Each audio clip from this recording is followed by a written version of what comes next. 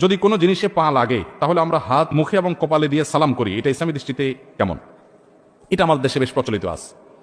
কারোর গায়ে পাও লাগছে তো আমরা তার গায়ে হাত দিয়ে স্পর্শ করে বুকে লাগাই, মুখে লাগাই।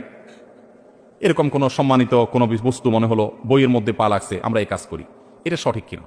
উত্তর হলো যে কোনো ব্যক্তি তার গায়ে পাও লাগাটা আমাদের সমাজে একটা দোষণীয় ব্যাপার। এটাকে মানুষ অসম্মানের মনে করে। এখন এ ভাই আছেন, মুরব্বী আছেন, উনি আছেন, এক মুসলমান অন্য মুসলমানকে সম্মান করবে না অসম্মান করবে? সম্মান করবে।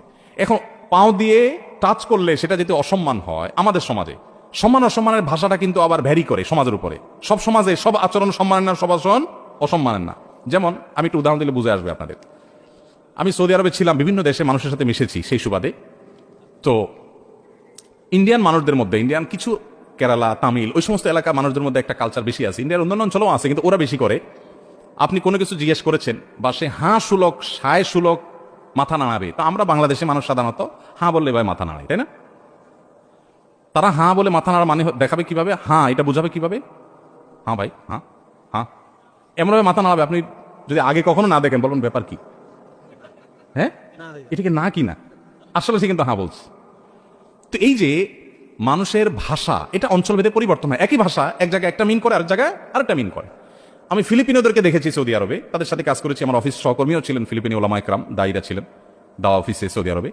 তো ফিলিপিনিরা, তাদেরকে যদি আপনি জিজ্ঞেস করেন ভাত খাইছো কিনা, তারা জবাব দিবে কেমন জানেন? মুখে জবাব দেখার না দেখ আচরণ। যেমন আমরা মাথা নাড়ে যদি জবাব দিই, তাহলে আমরা কি বলবো?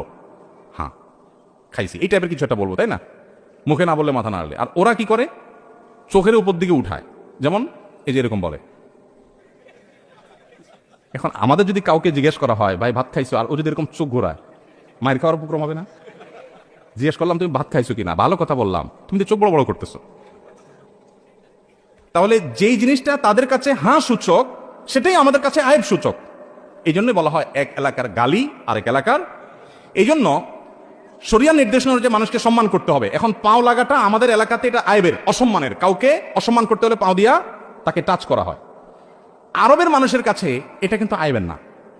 বিভিন্ন হাদিস পাওয়া যায় যে নবী করিম সাল্লাল্লাহু আলাইহি সাল্লাম কেউ শুয়ে আছেন, ডাকবেন তো পাও দিয়া ডাকছেন। এখনো আরবদের মধ্যে একটা ট্র্যাডিশন আছে, দেখবেন পাও দিয়া ডাকা হয়। কেউ হারাম শরীফে যদি যেয়ে থাকেন মক্কা মদিনা, দেখবেন চিতই শুইছেন মসজিদে, হয়তো আরেকজন এসে আপনারা ডাকবে। তো আমার দেশে তো সুন্দর করে হাত ধরে বলবে ভাই উঠেন। আর ওদের হলো নিয়ম হলো পাও দিয়ে আপনারা গুতা শুরু করবে। আপনি কত বড় বেয়াদব, হারাম শরীফে মানুষকে লাথি মারতেছে। কিন্তু এটা তাদের কালচার। তো আমাদের সমাজে যেহেতু এটা দোষণীয় এবং অসম্মানের, সম্মান করতে হবে। সম্মান প্রকাশের ভাষা এক এক এলাকায় এক এক ভাবে হয়। সো পাও যদি লেগে, তাহলে পাও লাগার কারণে তিনি অসম্মানিত বোধ করতে পারেন।